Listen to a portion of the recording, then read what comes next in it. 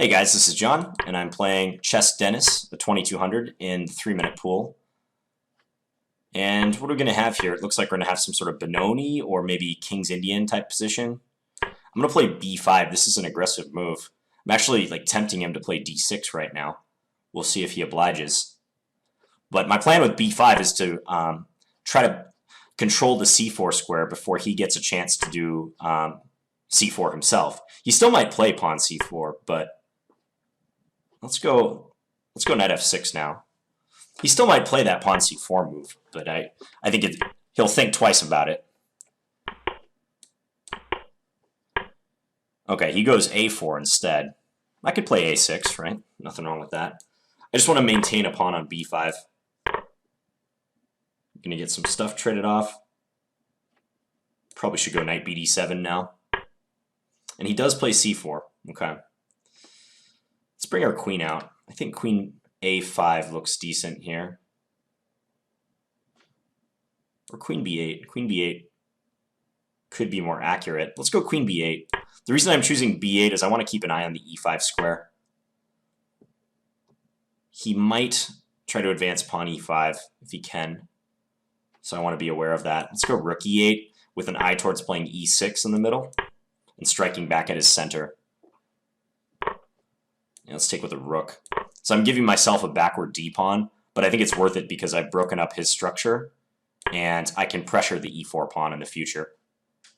So I like the way this is shaping up. I don't think knight g5 was particularly good, because I think he'll have to waste a tempo or two later.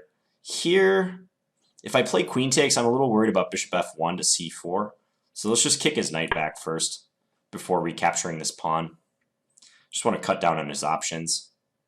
He could still maybe do the bishop f1 to c4 maneuver. I wouldn't be entirely surprised to see that.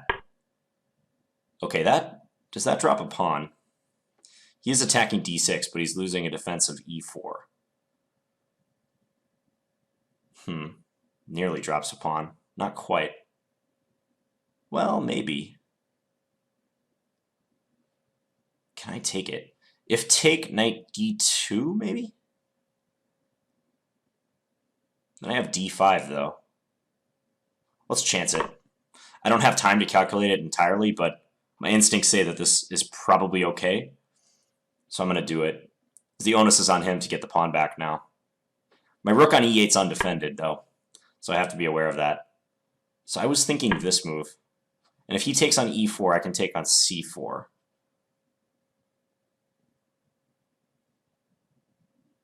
Actually, regardless of how he takes on e4, I should take on c4. Now here, do I take with a queen? Queen might be best.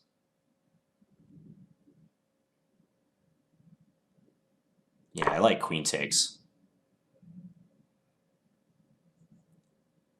I do see he has a simplifying line. He can trade queens, and then he can play knight f6. I take with my knight. He that trades the rooks on e8, and then he takes on a8.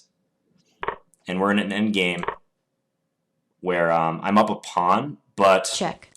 Yeah, he's going to go for this line I just was mentioning. I'm up a pawn, but if he can trade off a little bit, it's fine for him. I bet he'll play bishop d5 now. Yep. Okay, I think he wants to go bishop f4, so I should seek to stop that. I'm going to play g5. Problem is he can go pawn f4, though, right now. He does not. Does not do that. Okay, in that case, I think I should take the opportunity to just get rid of this pawn. I think he should still play f4. He does not again. I'll get my king out of the pin. So now if he goes f4, I can play f6. It's nice to know. Now he plays f4. Hard to say that my winning chances are that great in this position, because it's hard to play against these... Let's just go here to try to force this pawn forward. It's hard to play against this structure he currently has. I need to get my knight around to attack this guy somehow. It's going to be tough, though. I'm worried about his king getting active, too. Let's try to get our king going. Let's just see where this leads us. And always there's the threat of going into a opposite color bishop endgame. That's always hanging over my head. Let's do this. Time warning. Let's go here.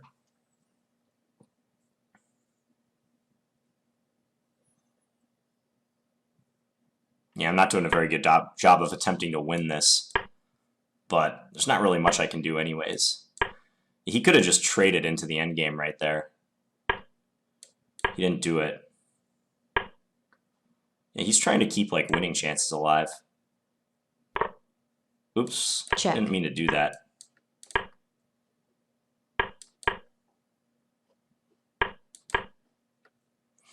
Okay, now I'm like worse. And I gotta try to draw this position.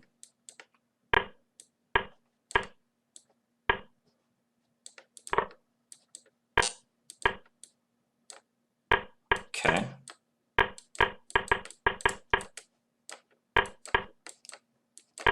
Okay. Check. Oh, I lost on time.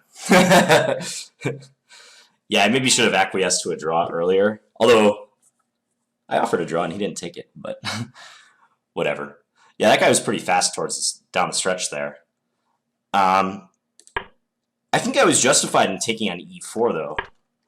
This is like a radical move, b5.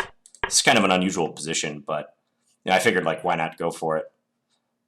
I think maybe d6 is the only move to try to fully take advantage of this, but if d6, I just go knight c6. And yeah, he can take on e7, but that actually facilitates my development, doesn't it? I just take back. So I was happy with the way this played out. The only thing I'm really curious about is whether I could have grabbed on, whether I was justified in playing knight takes e4. Okay, here I'm also curious about something, what I should do in this position. Okay, computer likes queen b8. Because my fear, I almost played queen a5, but then I was worried that he might go e5. Because my queen is not eyeing that square. And if, let's say, d takes e5, knight takes e5, there's a tendency for the e pawn to become loose in positions like this. Benoni or Benko players will know that sometimes this can happen, especially Benko players. I guess Benoni, maybe not so much. But I guess I'm okay if I do this and then take here, since if he takes e7, I can win d5. The engine's showing a line like this where black gets sufficient play. But I'm happy with queen b8. I think queen b8 meets the goals of the position pretty nicely. Just defend b5 and also keep an eye on e5. e6, I like this plan too, to get counterplay. Yeah, it seems more comfortable for black now. I agree with this evaluation. That's pretty high, actually. Computer is giving me a hefty advantage here. And here I did play h6. I mentioned that if queen takes, I was worried he would go bishop f1 and then put the bishop here and gang up on the f7 pawn. Computer thinks that's nonsense because I have d5. Okay, that's pretty convincing, actually. His rook on e1's undefended. So I can play d5 and exploit that pressure. So maybe I was getting too smart for my own good, but still, h6. He went here. Okay, so this is the moment of truth. Computer says queen b8 is better, so why doesn't it like this? It also says this is good, though. Maybe the line that we chose in the game is just best play for both sides. I guess I could take with the pawn if I want to try to keep some tension. And he could do the same exact line. Oh, but I can take with the queen in this case and defend the bishop on a8. So he doesn't win a piece. Yeah, I wonder if pawn takes is more testing then. I see that the computer thinks he should play rook d1 then, going in a completely different direction, just getting out of the pin. It didn't occur to me that the queen on b5 potentially protecting the rook would be significant here. I didn't stop to think about that at all. I just played queen takes c4. Check. But I do think this endgame is probably drawn, even though I'm up a pawn. Yeah, and after he gets bishop d5 in, there's probably not much I can do. I mentioned that I was a little fearful he would play f4. And that's because, like, think about what happens after f4. I'll just turn off the engine. But after f4, what are my options, really? Because he's threatening to take on g5. So I either have to capture myself or defend this pawn somehow. I can't really defend it. Well, I can't defend it with my pawn. That's clear. That's illegal. So I could play bishop f6, I guess. But I don't know. My bishop looks very awkward on this square. So, and if I take, he just takes with the bishop. And then he's hitting this. And he's also keeping an eye on h6. So if I were to move this knight away, I don't even know where. Let's say f5. I'm sure he could just, if he wanted to do something like, maybe take, I take b2, and then like bishop d3, something like this. And if this knight moves, he wins h6, and then we're even material. So that's why I thought he should play f4. And also, since he's playing for a draw here, f4 makes sense, just to reduce the number of pawns that are present in the position. He played king f1, and I decided to try to liquidate my doubled c pawns. So now I might have some small advantage, but the big thing hampering me and preventing me from truly playing for a win here is the fact that should the dark square bishop ever get exchanged, or let me put it this way, if we ever get into an opposite color bishop position, then the chances for a draw just go through the roof, basically. And this was on full display a little bit later in this position. And you can see my time disadvantage was significant. I maybe should have offered a draw like sooner. But that was on full display like in a position, let's see if it goes ahead here, like this after knight g5. So if he wanted to make a draw, he could do it easily just by doing this. And all he has to do is park his king in front of this pawn, regardless of which way I take back. Let's say I take with the f-pawn. He just parks his king in front of the pawn. He has an ironclad fortress. I could even go around and win this h3 pawn with my king. All he would have to do at that point is put his bishop on h5 and move his king back and forth. And black would be up 2 pawns, but it would be impossible for him to break through.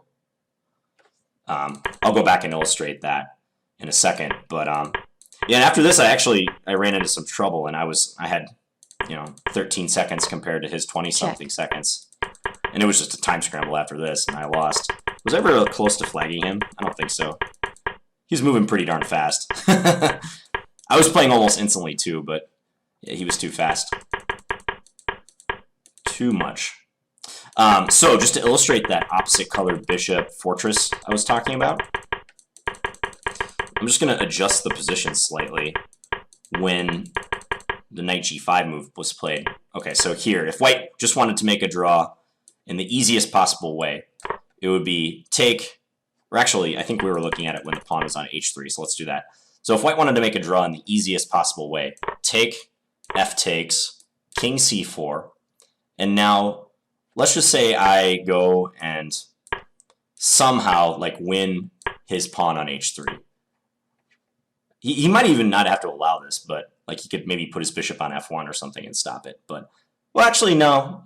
I probably can win the h-pawn here if I really want to, because if the bishop did come to f1, I could get my king into f2. He'd have to move the bishop, and then I could play king g2. So what white would want to do at this point is just park the bishop on h5. Then, if black wins, you can see white has like basically a perfect fortress. I'll flip it around so you can see it from white's perspective.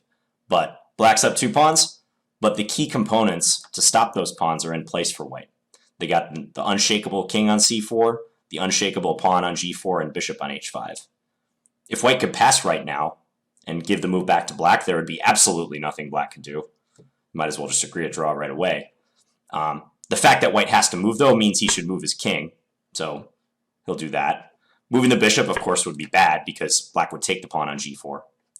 So white will just move the king back and forth in the vicinity of the c4 square until black does something like, let's say, bring the king over here, maybe do something like that. At this point, it might make sense now for white to just move the bishop because the king can't go to d3, the square it was going to before. It maybe could go to b3, but I don't know if like they should really mess around with this, even though this is like still a draw. So it'd be better at this point for white to just move the bishop. So let's say bishop e8, anywhere on this diagonal, really. And the pawn here is not under attack anymore, so we'll just start moving the bishop until there's some pressing reason to do otherwise.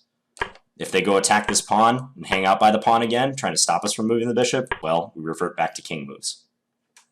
So this sort of thing, this fortress, will be very obvious to people who've studied endgames and who know about opposite color bishop endgames in particular, but I'm willing to bet for many people watching this video, this is something new. And you can get very good at recognizing fortresses quickly.